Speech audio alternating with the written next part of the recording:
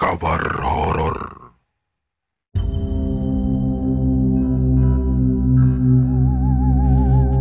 Selamat malam Sobat Kahor yang berbahagia.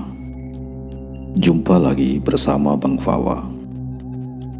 Di cerita malam ini masih meneruskan dari video sebelumnya tentang kisah teror gaib anak rantau di tanah Kalimantan season 2, yang mana dalam hal ini saya ubah judulnya dengan misteri rumah walet tanah Kalimantan.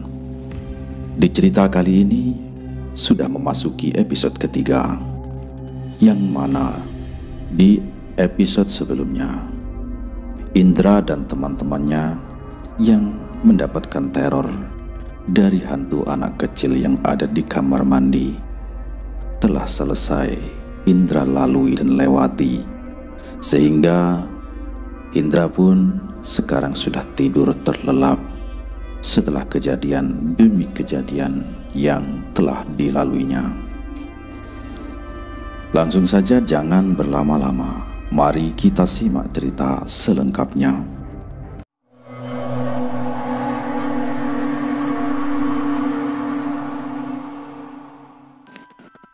Matahari pagi telah terbit di depan bengkel, dan jam sudah menunjukkan pukul 7:40 saat Indra membuka pintu rolling door.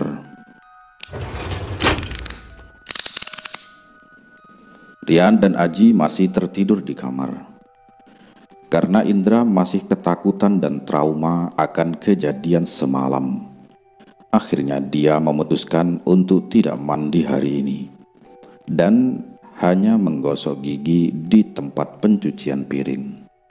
Dia tidak berani ke kamar mandi. Tak berapa lama kemudian Rosa datang dengan senyuman yang cukup manis pagi ini.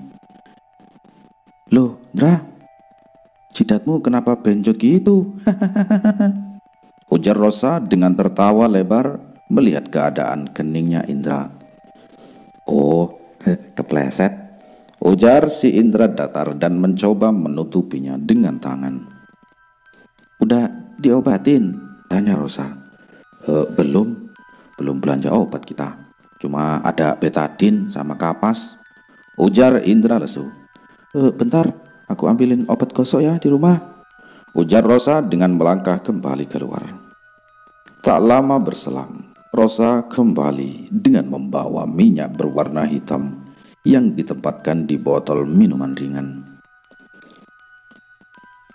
"Sini, kupakein," ujarnya dengan menarik tangan Indra agar mendekatinya.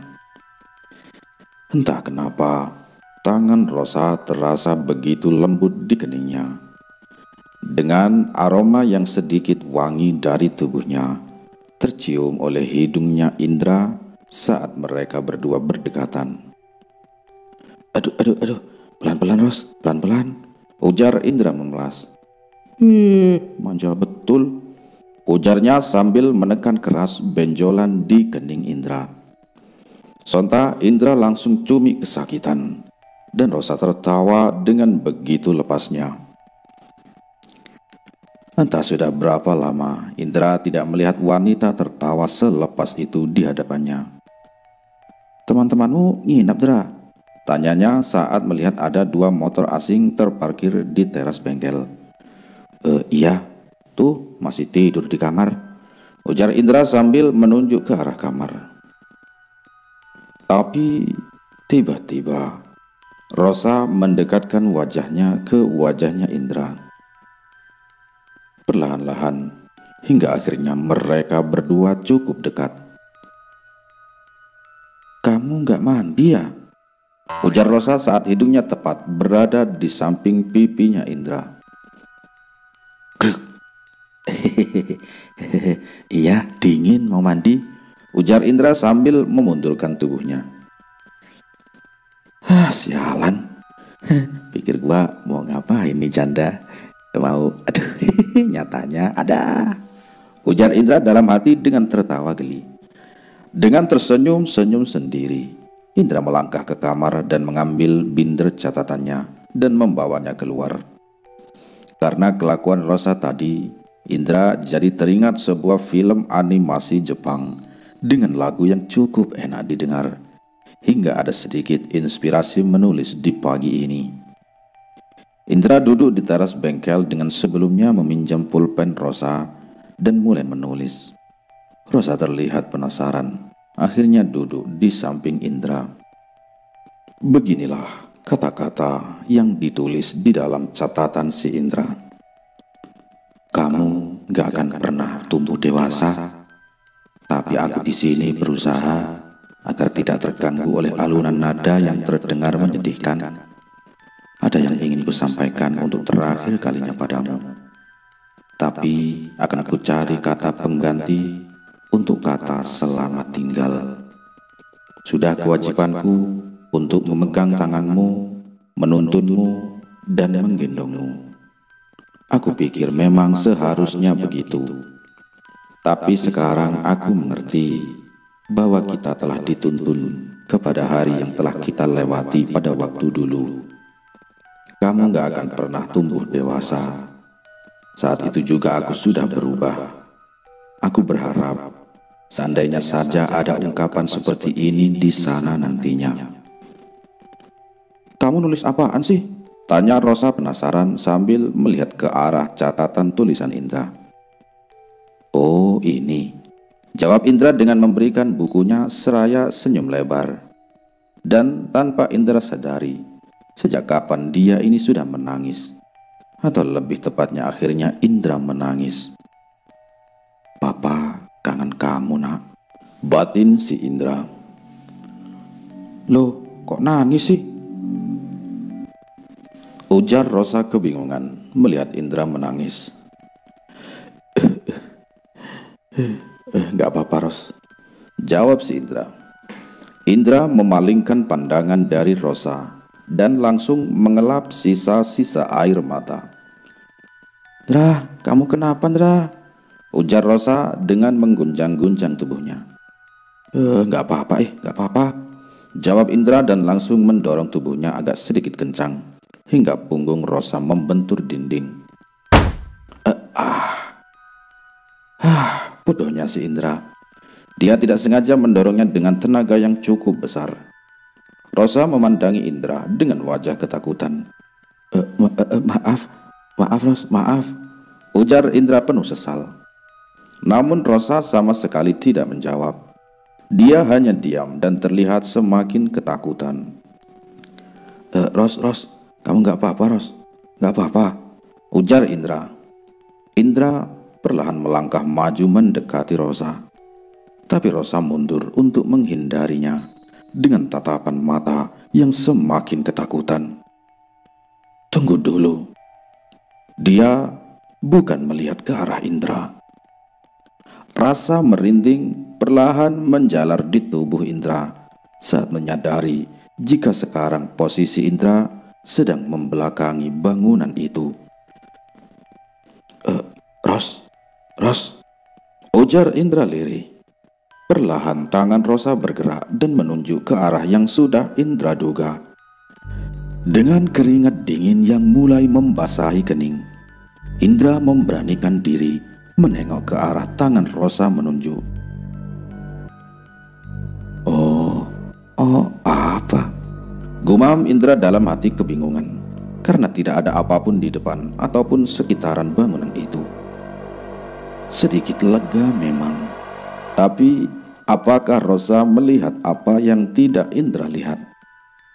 Dengan perasaan tenang Indra kembali menengok ke arah Rosa. Tapi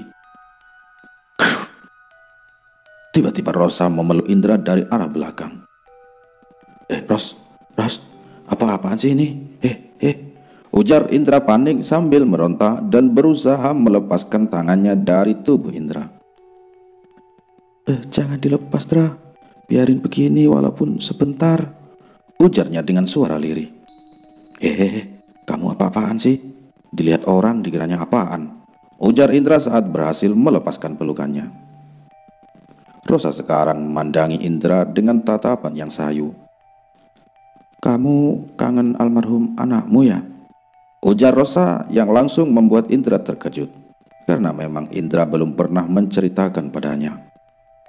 Loh, kamu tahu dari mana? Tanya Indra bingung. Lucy banyak cerita kok tentang kamu di WhatsApp, ujar Rosa dengan lesu. Loh, kalian saling kenal? Tanya Indra yang semakin bertambah bingung. Akrabnya pas aku kemarin dikasih nomornya sama Pak Toto. Aku nanya-nanya barang, dia malah nyeritain kamu, jawab si Rosa. Oh, cerita apa saja dia? Ujar Indra penuh selidik.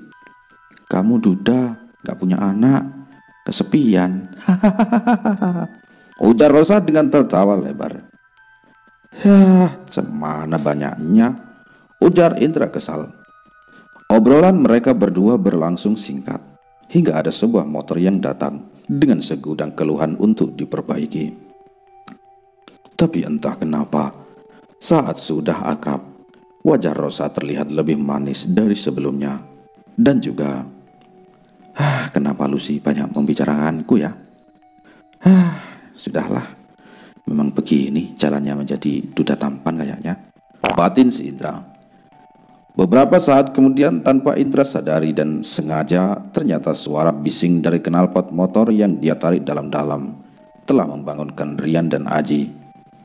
Oh, kepu kalian, teriak Indra kencang pada mereka berdua yang baru keluar dari kamar.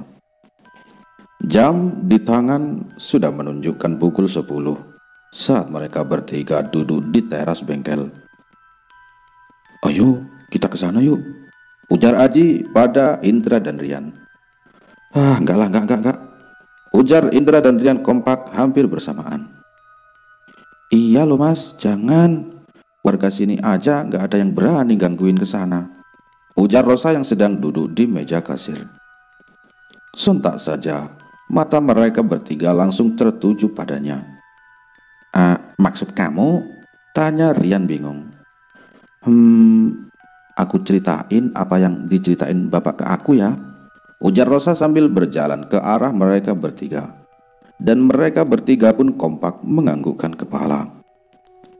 Rosa kemudian duduk di depan Indra, Rian dan Aji dan mulai bercerita.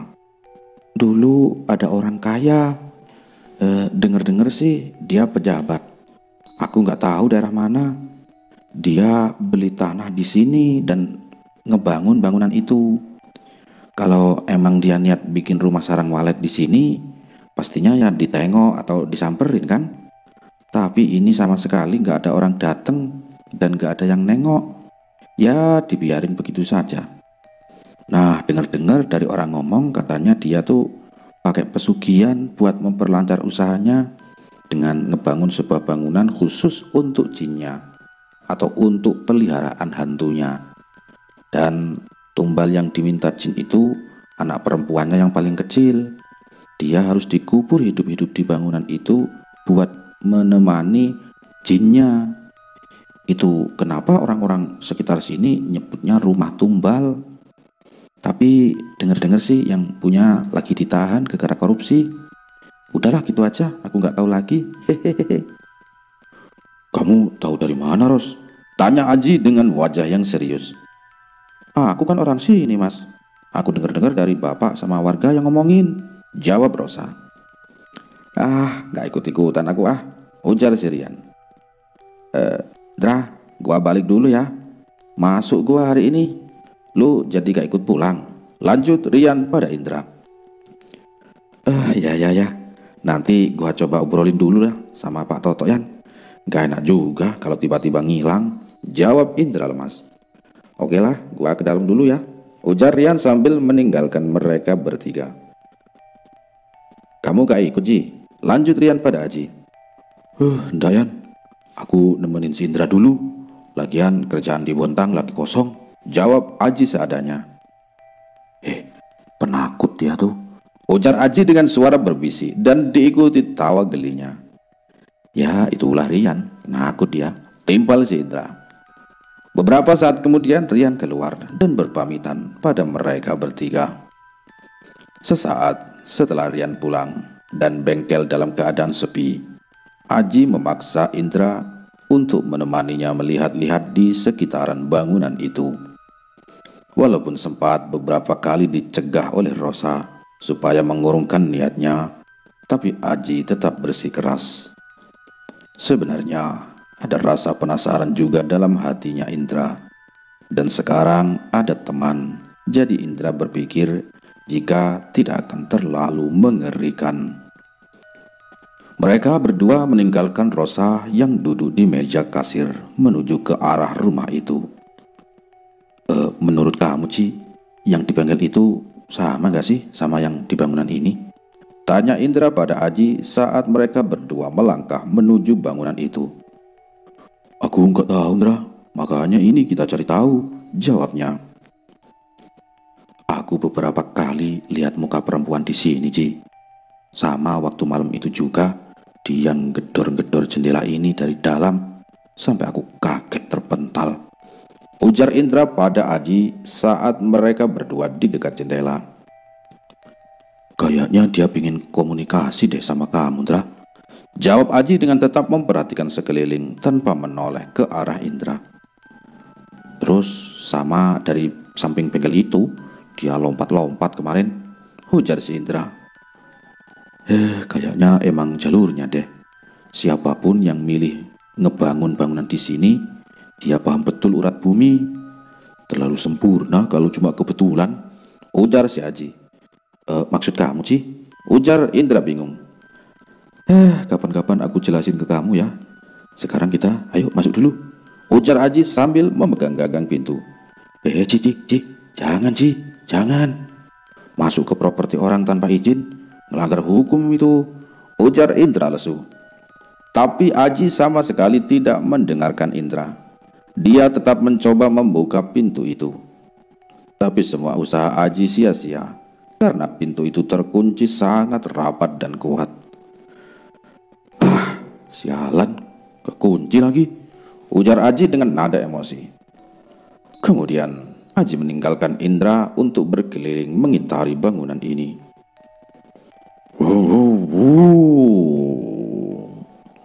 Suara mobil yang lewat memecah kesunyian. Masih siang, tapi udah berasa, gerutu Indra dalam hati. Indra menempelkan wajahnya di jendela itu untuk melihat lebih jelas ke dalam. Tubuh Indra seketika kaku saat dia melihat sesosok wanita mengenakan kain lusuh berwarna putih menuruni tangga dengan perlahan. Indra terduduk di tanah karena tak kuat menahan lemas di kakinya. Ini masih siang kan? Aduh, ujar Indra sambil melihat sekeliling dan kemudian berlari kembali ke bengkel. Kamu kenapa, Indra? Ujar Rosa saat melihat Indra sedikit ngos-ngosan di teras bengkel. Gak apa-apa, Ros. Gak apa-apa, tenang. Ujar Indra sambil mengatur nafas. Aji di mana, Aji? Ujar Rosa bingung karena melihat Indra sendirian. Gak tahu lah. Tadi dia jalan-jalan ngelilingin tuh rumah, jawab si Indra. Beberapa motor sudah selesai Indra kerjakan saat azan zuhur mulai terdengar dari kejauhan. Rosa sudah berpamit untuk pulang dan beristirahat. Tapi kemana Aji? Kenapa dia belum kembali sedari tadi? Beberapa kali Rosa menanyakan Aji dan menyuruh Indra untuk mengecek keberadaannya. Tapi karena Indra takut, dia menolaknya dan mengatakan jika Aji sudah besar dan dia bisa pulang sendiri. Tapi rasa khawatir akhirnya mengalahkan Indra hingga dia melangkah mencarinya. Indra mengelilingi bangunan sambil meneriakkan nama Aji. Aji. Tapi tak ada jawaban sama sekali. Hingga akhirnya Indra tiba di bagian belakang bangunan. Ada sebuah lubang yang terletak cukup tinggi, berbentuk kotak berukuran 50 cm x 50 cm, yang sepertinya digunakan sebagai ventilasi. Aji masuk ke sana kah? Ujar Indra bingung. Beberapa kali Indra meneriakkan namanya, tapi tetap tidak ada respon ataupun jawaban. Hingga akhirnya Indra putus asa dan berjalan kembali ke arah bengkel. "Indra, Aji mana?" ujar Rosa mengagetkan Indra. Gak tahu lah Ros, kayaknya dia masuk lewat belakang deh, ujar Indra lesu. "Ini sudah jam 4 loh, kalian tadi kesana kan dari siang Indra? Cari nggih," ujar Rosa khawatir. Indra menjelaskan pada Rosa jika Aji adalah orang yang mempunyai kelebihan dan mungkin dia sedang berinteraksi dengan penunggu rumah kosong itu. Awalnya Rosa tidak percaya, tapi setelah Indra menjelaskannya lebih detail, dia mulai sedikit paham. Hingga tanpa terasa jam sudah menunjukkan pukul 5 sore saat Rosa berpamitan untuk pulang.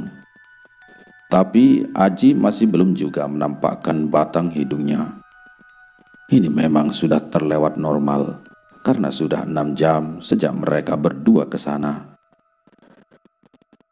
Kemana sih lo Ji? Jangan bilang ditelan ular ya, ujar Indra dalam hati.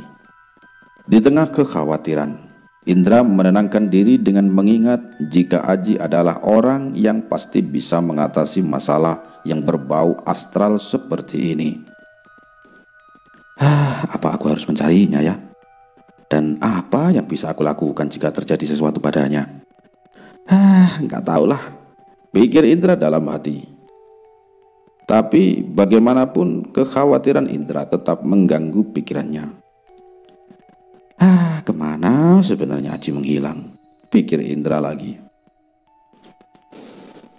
Allahu Akbar, Allahu Akbar, Allahu Akbar, Allahu Akbar. Suara azan maghrib sudah terdengar dari kejauhan saat Indra keluar dari kamar mandi. Dan sampai sekarang pun Aji belum kembali. Sedari tadi Indra mencoba untuk berpikir positif, tapi tidak kembali selama lebih dari 6 jam saat pergi ke bangunan super angker. Sama sekali tidak ada sisi positif yang bisa Indra pikirkan. Ji, please balik Ji, balik, gumam Indra sambil mengenakan pakaiannya. Indra berjalan ke ruangan depan untuk menyalakan TV sambil menunggu Aji.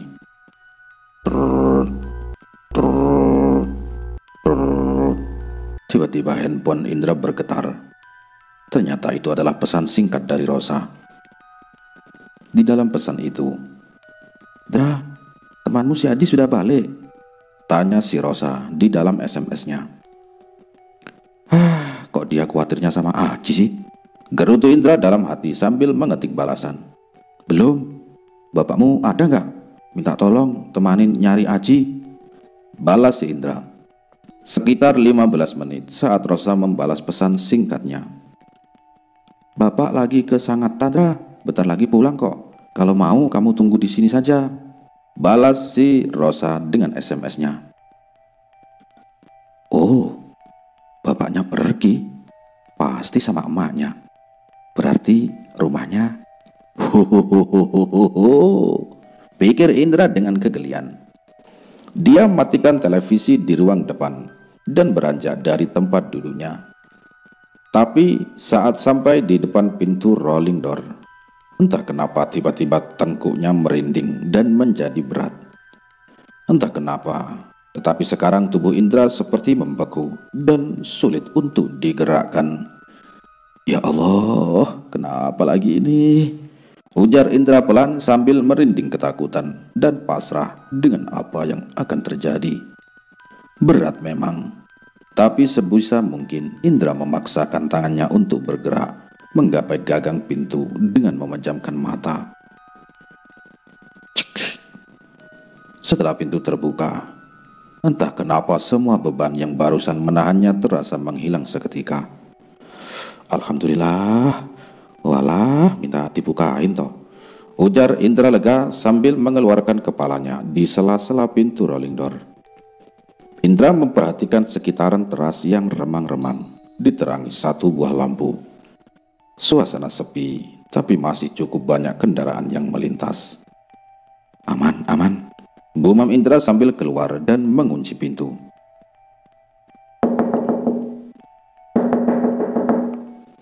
Assalamualaikum, Ros, Ros, ujar Indra dengan setengah berteriak di depan rumah Rosa. Gluk, gluk, gluk, gluk. Terdengar suara langkah kaki kecil yang bergerak cepat ke arah pintu dan membukanya. Mama, ada om gak kenal, ujar seorang anak laki-laki kecil setelah membuka pintu dan melihat ke arah Indra. Inikah Rio? Ujar Indra dalam hati sambil berjongkok mendekatinya. Namanya siapa sayang? Lanjut Indra pada seorang anak kecil yang lucu yang ada di hadapannya. Tapi dia hanya diam dan tetap menatap Indra dengan mata penasaran khas seorang anak kecil yang melihat orang yang baru ditemuinya. Cepatnya kamu Indra, ujar Rosa yang entah sudah sejak kapan telah berada di depan Indra. Masuk, aku bikinkan minum dulu ya, sambil nunggu bapak. Lanjutnya sambil membuka pintu semakin lebar. Rumah Rosa adalah rumah dari kayu ulin dengan ukuran cukup besar. Ruangan dengan cukup luas dengan lorong di pojok sebelah kiri tertutupi tirai berwarna krem. Oleh karena dinding yang terbuat dari kayu ulin hitam ini tidak dicat, maka suasana remang-remang sangat terasa. Tak lama kemudian, Rosa keluar dengan membawa sebotol besar air putih dingin dan sebuah gelas. Nindra, ujarnya saat memberikan botol air beserta gelasnya kepada Indra. Katanya mau dibikinin. Ini sih namanya diambilin, gerutu Indra pelan tapi dengan suara yang cukup untuk didengar Rosa. Gak ada terima kasihnya, jawabnya dengan senyum yang terlihat sangat manis. Mereka berdua membicarakan bagaimana Aji bisa menghilang. Rosa mengatakan jika belum pernah ada kejadian seperti ini sebelumnya.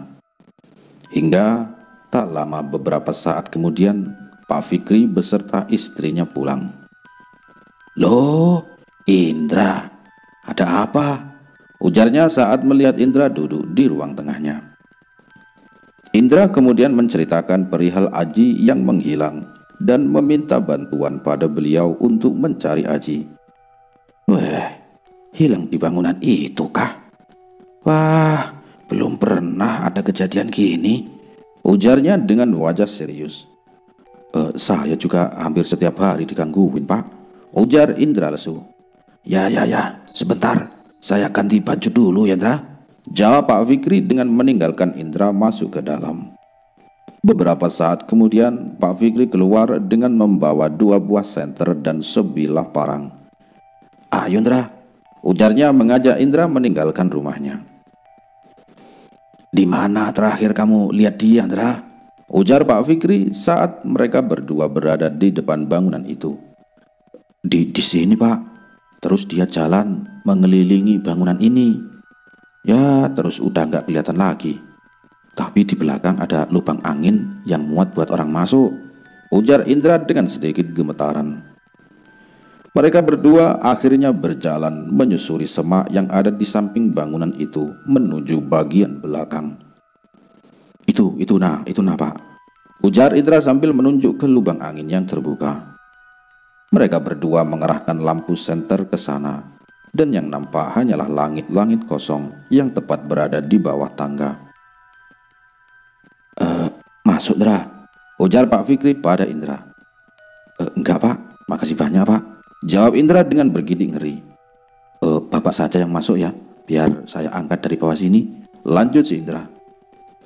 Duh, saya punya sakit pinggang Indra, gak kuat saya kalau naik-naik, jawab Pak Fikri dengan suara lesu. Alasan aja aki-aki ini, gerutu Indra dalam hati. Mereka pun menyusuri sisi lain dari bangunan itu untuk kembali ke bagian depan. Kegelapan benar-benar sudah semakin menyelimuti mereka berdua, dan kendaraan yang lalu lalang sudah semakin berkurang, menambah mereka berdua semakin larut dalam suasana sunyi. Gimana kalau kita dobrak Pak? ujar Indra sambil menaik turunkan gagang pintu. Ya cobalah kalau kuat, jawab Pak Fikri.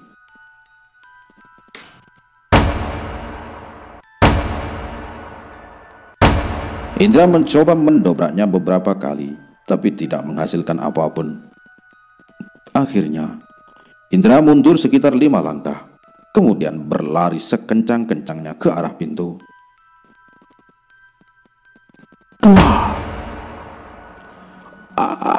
Cor, sikutku, sikutku, teriak Indra sekencang-kencangnya saat menghajar pintu itu.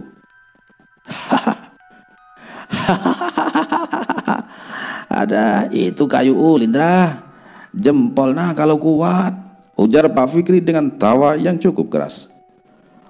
Terus gimana kita masuk, Pak? Ujar Indra sambil memegangi sikut kanannya yang terasa sangat nyut-nyutan. Tiba-tiba terdengar suara benda terjatuh dari arah dalam bangunan itu. Indra dan Pak Fikri hanya bisa saling melihat satu sama lain. Apa itu, Pak? Tanya Indra dengan gemetaran pada Pak Fikri. Pak Fikri hanya menggeleng-gelengkan kepalanya sebagai tanda jika dia juga tidak mengetahui suara apa yang mereka dengar barusan. Hanya kekosongan yang gelap tampak di jendela itu.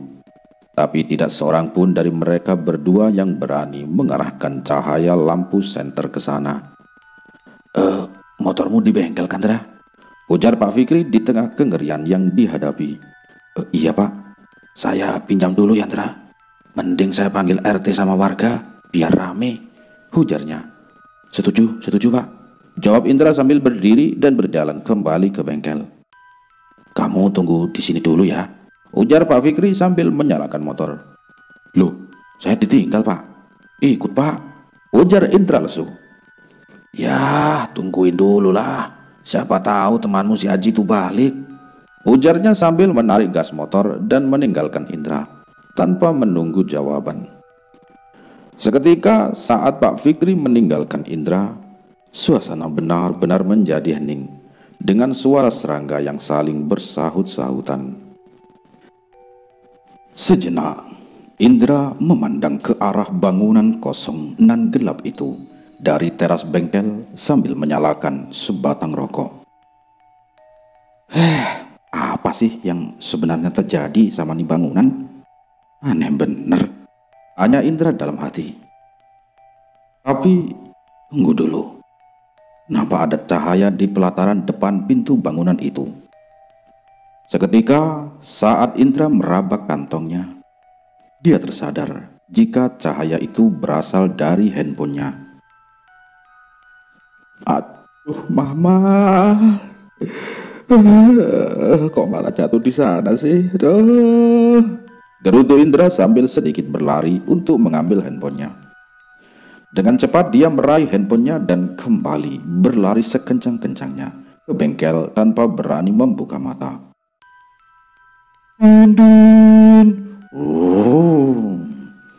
Sebuah kendaraan hampir menabraknya saat Indra berlari sehingga dia membuka mata dan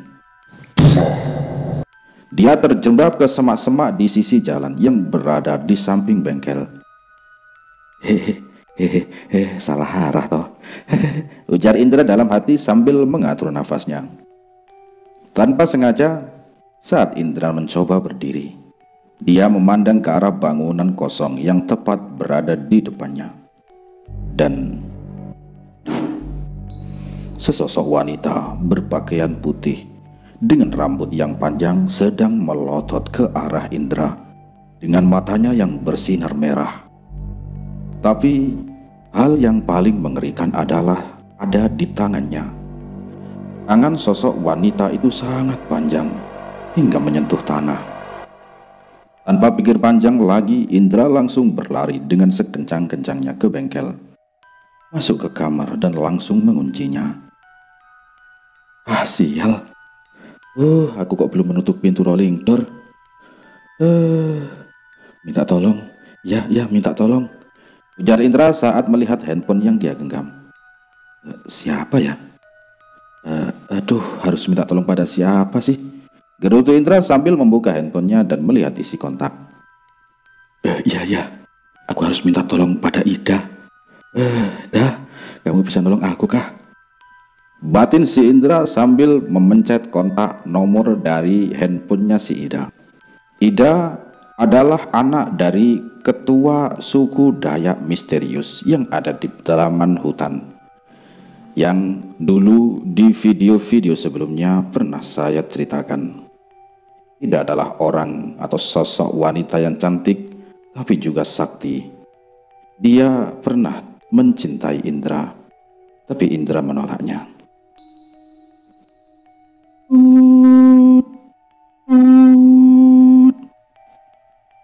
Nomor yang Anda tuju sedang tidak aktif atau berada di luar jangkauan. Silakan tunggu beberapa saat atau tinggalkan pesan setelah nada. Jah gak aktif. Indra mengumpat sendiri di dalam hati. Entah apa yang harus dia lakukan sekarang. Dia benar-benar bingung harus meminta pertolongan pada siapa. Sejenak Indra memberanikan diri untuk kembali membuka pintu kamar. Suara jangkrik saling bersahut-sahutan menyambut saat Indra melangkahkan kaki keluar. Sepi, gumam Indra saat melihat ke sekitar jalan yang gelap. Sebisa mungkin Indra mencoba untuk tenang dan menutup pintu rolling door perlahan agar suaranya tidak memecah keheningan.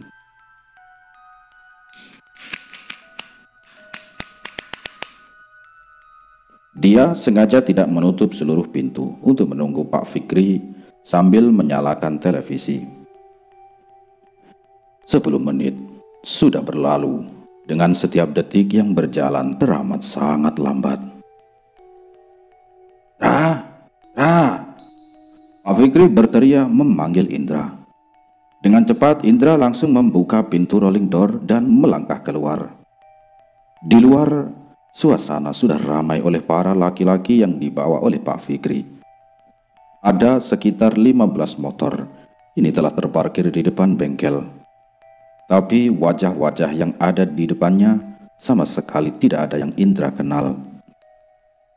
Indra mencoba memperhatikan sekitarannya, mencari Pak Fikri.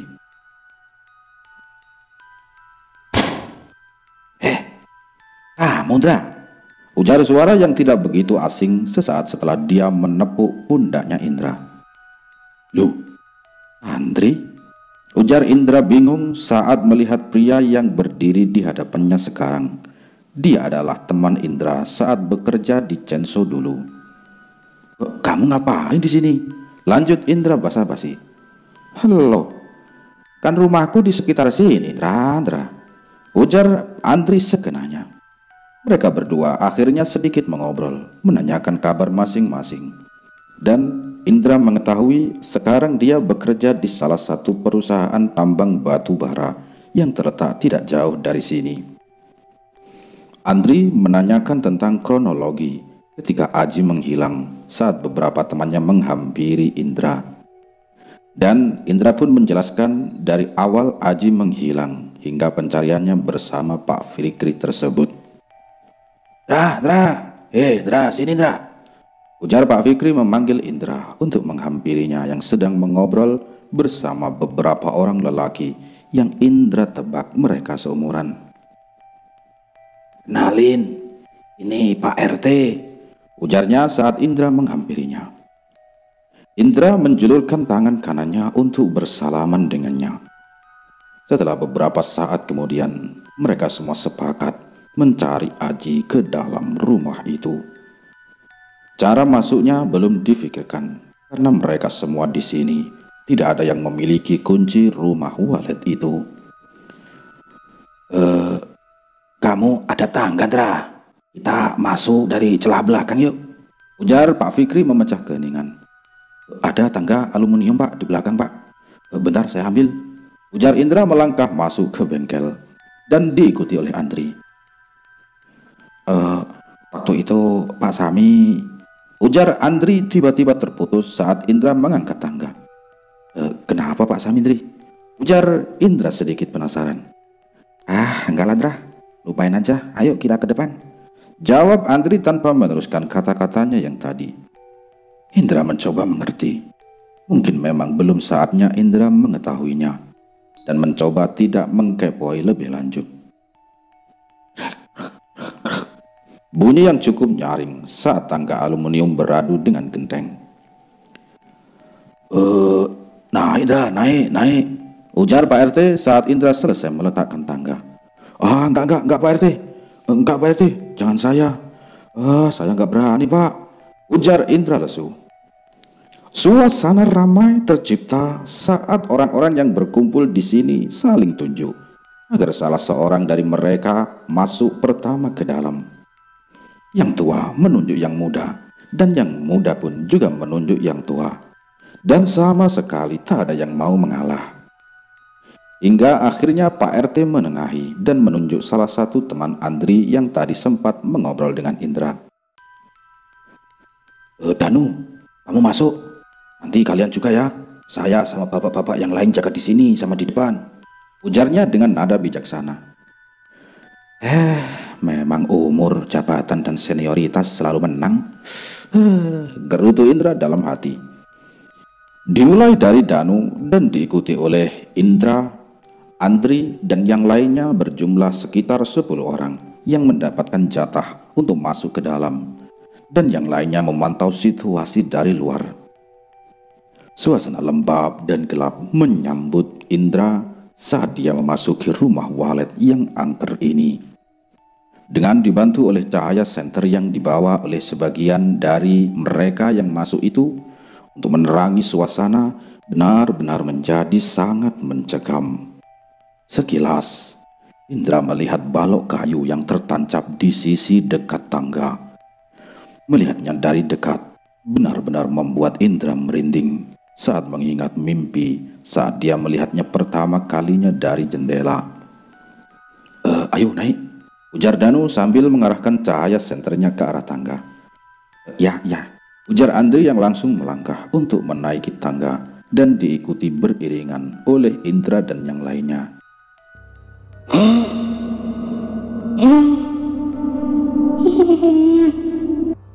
Suara anak perempuan yang terdengar familiar terdengar pelan di telinga Indra hingga membuat tubuhnya kaku dan berkeringat dingin.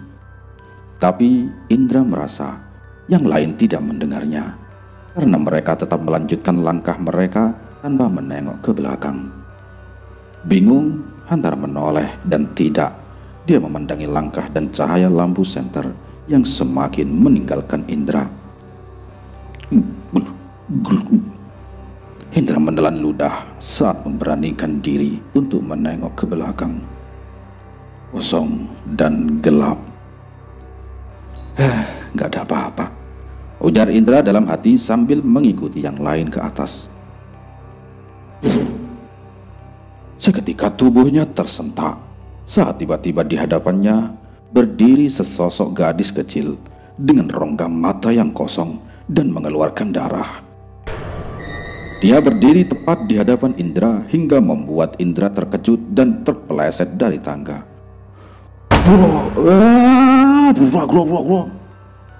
Rang Indra saat kepalanya membentur balok kayu yang tertancap di sisi dekat bawah tangga.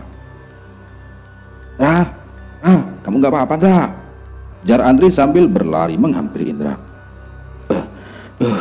Gak apa-apa, kepleset kok, ujar Indra pelan sambil memegangi kepalanya. Kok basah? Gumam Indra saat memegangi kepalanya karena merasakan ada sesuatu yang membasahi keningnya. Indra, kamu berdarah, Indra, ujar Andri sedikit panik. Darah, ujar Indra sambil melihat tangannya yang kini merah karena darah yang mengalir dari kepalanya. Darah, ujar Indra lemas dan semakin lemas. Seketika suasana menjadi gelap gulita.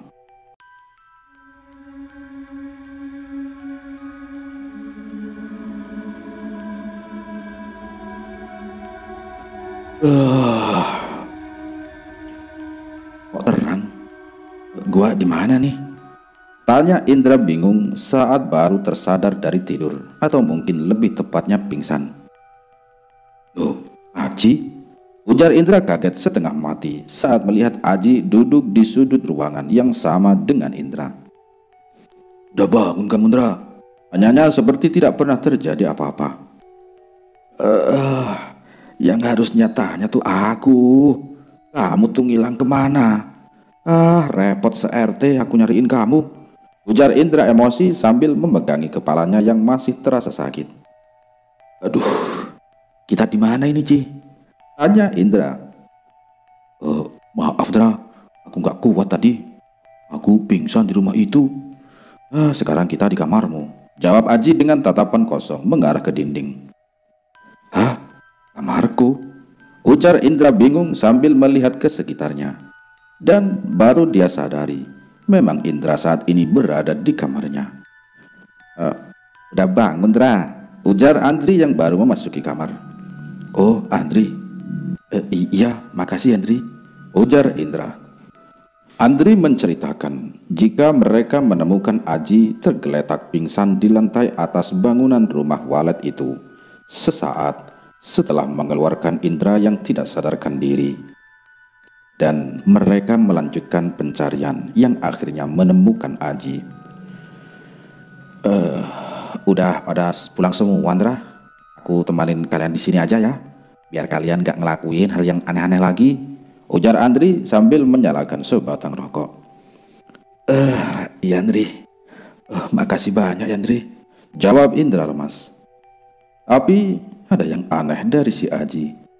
Tak biasanya dia sependiam ini. Dan lebih lagi dia hanya menatap dinding dengan tatapan yang kosong. Oh iya Andri, tadi kamu mau ngomong Pak Sami kan? Nah apa emangnya Pak Sami, Andri? Ujar Indra memecah suasana saat suasana saling diam menghinggapi mereka bertiga. Dan sontak Aji langsung mengarahkan pandangannya kepada Indra dan si Andri. Jangan Indra, ini malam ini Indra, suasananya lagi gak enak, ujar Andri lesu. Loh, kamu kenal Pak Sami? Ujar si Aji penuh selidik pada Andri. Andri ini temanku pas kerja di Censo dulu, Ci, ujar Indra memberi penjelasan pada Aji yang terlihat sangat penasaran. Oh, begitu, gumam Aji saat mendengar penjelasan Indra. Loh, kamu kenal juga kah sama Pak Sami, Ci? Ini giliran Andri balik bertanya pada Aji. Iya, kenal, jawab Aji singkat dan kembali menatap dinding. Jam berapa sekarang, Andri? Ujar Indra sambil mencari-cari handphonenya. Jam 2, Indra, jawabnya sambil melihat handphonenya. Malam ini mereka bertiga lewati dengan sedikit mengobrol dan lebih banyak diam. Hingga pada pukul 6 pagi, Andri pamit untuk pulang dan meninggalkan Indra berdua dengan Aji. Aku nggak tahu gimana caranya, Indra. Tapi kita harus melepaskan dia, ujar Aji saat mereka berdua duduk-duduk di teras bengkel. Suasana pagi menghilangkan semua kengerian yang telah Indra lewati semalam. Rasanya benar-benar berbeda. Maksud kamu, Ci? Ujar Indra penasaran. Tumbal, Indra. Rumah itu rumah tumbal, buat naruh tumbal, rocos Aji sambil memandangi bangunan kosong yang ada di seberangnya Indra. Makin gak paham aku, Cici, jawab Indra sambil menghisap rokok dalam-dalam. Matahari sudah mulai mengintip dari ufuk timur. Kendaraan yang melintas juga mulai semakin intens melewati mereka berdua dengan suara bisingnya. Ini Indra, kamu coba bayangin, orang tua mana yang tega ngebunuh dan motong-motong anak kandungnya sendiri dan ditanam di sana. Sebelum dibunuh, matanya diambil dan kakinya diremukin dulu sebagai syarat yang diminta iblis sama mereka. Ujar Aji yang sontak langsung membuat Indra tertegun dan tak bisa berkata apa-apa. Dia anak kecil gak punya dosa, Indra. Lanjut Aji dan mulai menangis. Jadi maksud kamu, Ci? Ujar Indra terbata-bata. Kita harus kuburin dia dengan layak, ujar Aji dengan nada emosi. Wah, Cipini, sesadis itukah Tumbal? Ujar Indra lirih. Lah terus kita masuk lagi ke sana, Ci, ujar Indra panik dan kebingungan. Aji mengerutkan dahinya sambil menatap bangunan itu. Iya, jawabnya singkat. Enggak deh, Ci, enggak lagi, Ci. Gua nyerah, Ci. Enggak, Ci, ujar Indra pada Aji menggeleng-gelengkan kepala. Cukup lama keheningan tercipta di antara mereka berdua di pagi yang cerah ini, hingga Aji melangkah ke dalam bengkel. Aku pulang dulu ya, Indra. Aku mau ngomong dulu sama Pak Dion, ujar Aji tanpa menengok ke arah Indra. Indra hanya bisa tertegun sambil memperhatikan kendaraan yang mulai ramai lalu lalang. Sesaat kemudian, seraut wajah yang lemah lembut mulai nampak mendekat dengan senyuman manis di bibirnya. Pagi, Ros, ujar Indra seramah mungkin. Pagi, jawab Rosa dengan senyum yang mengembang. 2 hari sudah berlalu sejak insiden menghilangnya Aji, dan semuanya berjalan begitu normal tanpa gangguan yang vulgar dari makhluk halus di tempat ini. Tapi jika Indra memperhatikan, entah kenapa sudah beberapa hari ini Rosa terlihat sangat bahagia dengan senyum yang selalu mengembang di wajahnya setiap hari.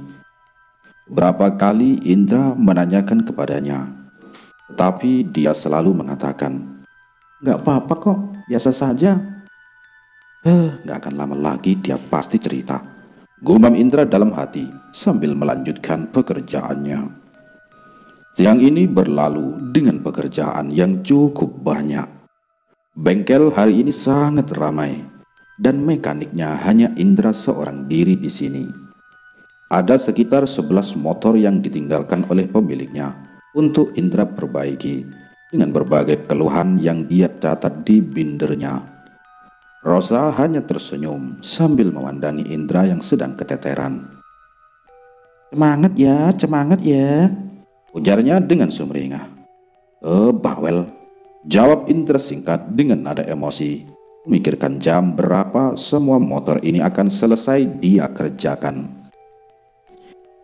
Sibuk ya, Mas? Suara seorang wanita muda berjilbab mengagetkan Indra saat sedang serius membongkar motor. Loh, Lucy? Ujar Indra kaget dan langsung mengusap keringat di wajah dengan kedua tangannya. Hahaha, Mas mukanya belepotan. Kalau mau megang muka, Bu ya lihat-lihat tangannya dulu. Hahaha, ujar Lucy dengan tertawa terbahak-bahak. Malu benar Indra dibuatnya saat melihat ke kaca spion dan memandangi wajah Indra yang berlumuran oli. Hehehe, nama siapa, Lus? Tanya Indra bingung. Oi, sehatkah kau? Ujar suara yang dia kenal sesaat sebelum Lucy sempat menjawab. Dan benar saja, saat Indra menengok ke arah suara itu, ternyata itu adalah Mas Said dan Trisno sedang menuruni motor dan berjalan ke arah Indra. Weh, dicenguk oleh suhu, ujar Indra sumringah dan menghampiri mereka berdua. Setelah bersalaman dan saling menanyakan kabar, Indra mempersilahkan mereka masuk ke bengkel untuk beristirahat. Ros, ambilkanlah minum tolong, ujar Indra pada Rosa, dan tanpa menjawabnya, dia pun beranjak ke dalam. Acara apa ini? Oh, pada kompak ke sini, ujar Indra saat mereka duduk di dalam. Ini Lucy, kangen katanya sama kau. Tiap hari dia nanyakan tempat kau. Aku takut dia berangkat sendiri ke sini. Takut nyasar, jadi aku antarlah. Tapi si kutil satu ini juga mau ikut. Ya, jadilah kami bertiga, ujar Mas Said panjang lebar. Enggak gitu, ujar Lucy panik dengan wajah memerah. Hingga mereka bertiga tertawa geli dibuatnya. Tak lama kemudian Rosa datang dan duduk bergabung bersama mereka sambil membawa air. Mas Riz, Lus, nanti aja ngobrolnya ya pas jam istirahat. Kerjaanku aku cicil dulu nah, ujar Indra sambil berdiri dan hendak meninggalkan mereka. Aku istirahat sih Indra, nanti tak bantu, tenang, ujar Tresno yang sedang menselonjorkan kakinya. Udah, kalian istirahat saja, jawab Indra sambil beranjak ke depan. Indra kembali mengerjakan tugasnya. Dan beberapa saat kemudian Mas Said dan Trisno menyusul saat mereka sudah berganti pakaian. Memang jika pekerjaan dikerjakan bersama-sama, hasilnya akan lebih cepat. Tepat pada pukul 2 siang mereka telah menyelesaikan pekerjaan antrian motor yang berjejer menunggu untuk diperbaiki. Makasih banyak loh, ujar Indra pada mereka berdua. Alah, santai saja Indra, santai, ujar Mas Said sambil melangkah ke dalam bengkel. Wah, rame juga ya di sini, ujar Trisno yang bercucuran keringat. Memang siang ini terasa begitu cerah dan menyengat. Sepersekian detik Indra melihat ke arah Lucy dan dia juga sedang melihat ke arah Indra. Dan wah, kok tambah cakep aja sih tuh anak, gumam Indra dalam hati sambil mengikuti langkahnya Mas Said. Betapa terkejutnya Indra saat melihat di ruang tengah sudah tersedia makanan yang cukup banyak. Wah, siapa yang masak, Ros? Tanya Indra bingung pada Rosa yang sedang tersenyum sendiri ke arah handphonenya. Aku sama Lucy tadi Indra. Mereka bawa belanjaan banyak ternyata ke sini, jawab Rosa tanpa menoleh ke arah Indra. Weleh, Lucy bisa masak toh? Tanya Indra pada Lucy yang juga sedang sibuk dengan handphonenya. Bisa mas, ujarnya dengan menunduk sesaat setelah menoleh ke arah Indra. Wah, kamu kelihatan cantik hari ini Lus, seloroh Indra tanpa memikirkannya dahulu. Dan terang saja wajah Lucy langsung memerah. Maaf, ujar Indra panik dan langsung berlari ke kamar mandi untuk mencuci tangan. Aduh, bego. Ngomong apa sih gua? Gerutu Indra dalam hati. Sudah, kau lamar saja Indra. Aku lihat dia juga suka sama kamu kok, ujar Mas Said yang entah sejak kapan sudah ada di belakang Indra. Hah? Apa mas? Mana mau dia sama Duda mas? Secara dia bening betul, ujar Indra lesu. Duda sih cuma tulisan di KTP, tapi hati yang rasain semuanya. Jawab Mas Said sambil menepuk pundaknya Indra. Selesai makan, mereka berlima mengobrol di teras. Rosa sama sekali tidak canggung pada ketiga teman lamanya ini. Dia benar-benar mudah bergaul. Saat Tresno melempar tandaan, Rosa dengan mudah menimpalinya, hingga mereka berlima tertawa terbahak-bahak. Tapi Indra dan Lucy sama sekali tak bisa bicara apapun. Sebab jika Indra dan Lucy yang berbicara, pasti langsung ada kalimat yang menjerumus ke arah perjodohan, yang diakhiri kata cie hingga membuat wajah Lucy yang putih bersih itu memerah seperti tomat. Di tengah obrolan, Rosa menceritakan keangkeran tempat ini dan kejadian menghilangnya Aji. Mas Said yang memang sebenarnya menyukai hal-hal yang berbau mistis tanpa henti meminta penjelasan yang lengkap dari Indra dan Rosa. Kenapa kau tak nelpon aku sih Indra? Ujar Mas Said emosi dengan tatapan tajam ke arah Indra. Mas Said jauh, aku takut ganggu, ujar si Indra. Ya sudah, malam ini aku nginap di sini ya. Lucy, kamu pulang berdua ya sore ini sama Trisno. Aku pengen merasakan aura-aura yang kata mereka angker di sini, ujar Mas Said sambil membusungkan dada. Yakin mas, yakin? Tanya Trisno ragu. Wah iya dong, iya, jawab Mas Said singkat. Obrolan berlanjut hingga pukul 4:30 sore saat Trisno dan Lucy berpamitan. Kelelahan jelas terlihat di wajah Lucy. Indra ingin melarangnya pulang dan menginap di sini. Tapi mengingat besok ia bekerja dan akan menginap di ruangan yang sama, akhirnya Indra mengurungkannya. Indra melangkah menemani Lucy berjalan ke arah motornya Trisno. "Makasih banyak udah mau main ke sini ya, Lus," ujar Indra pada Lucy. "Sama-sama, Mas. Kemarin minta izin libur bertiga, terus diizinin," jawab Lucy. "Mas jangan lupa ya ke Bontang. Jadi kita ke Sekambing," ujar Lucy sambil menengok ke arah Indra dengan senyum indah di wajahnya. "Oh ya, aku ke sana," ujar Indra. Dari pinggir jalan raya, Indra melihat mereka menjauh dan menjadi titik di kejauhan, kemudian menghilang. Saat Indra kembali ke bengkel, tanpa sengaja Indra menengok ke arah jendela bangunan besar itu dan serat wajah anak perempuan yang tampak sangat sedih menatap tajam ke arah Indra. Indra mengucek-ngucek matanya agar memperjelas apa yang dia lihat. Dan memang benar, dia sedang menatap ke arah Indra. "Kamu kenapa?" ujar Indra pelan. Tiba-tiba anak perempuan itu menempelkan telapak tangannya di kaca seperti orang yang melambaikan tangan. Hanya bedanya, tangannya hanya diam dan tidak bergerak sama sekali. Dra, ujar Mas Said mengagetkan Indra.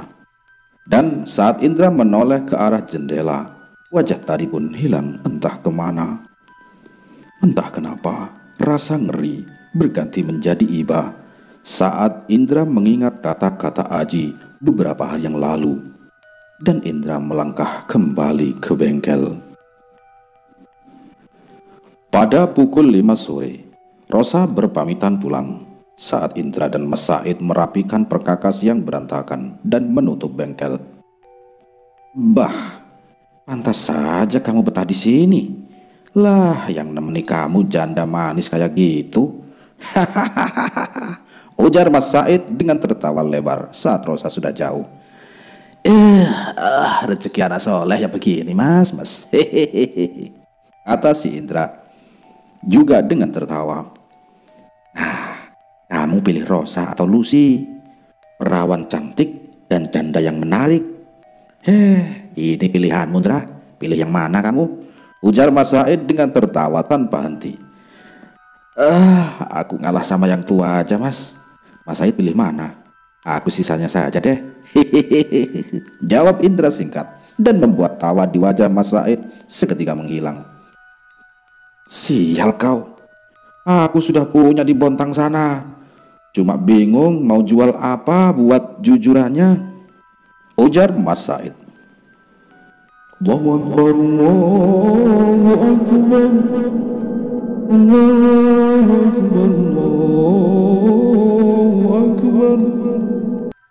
Terasa azan maghrib sudah terdengar dari kejauhan.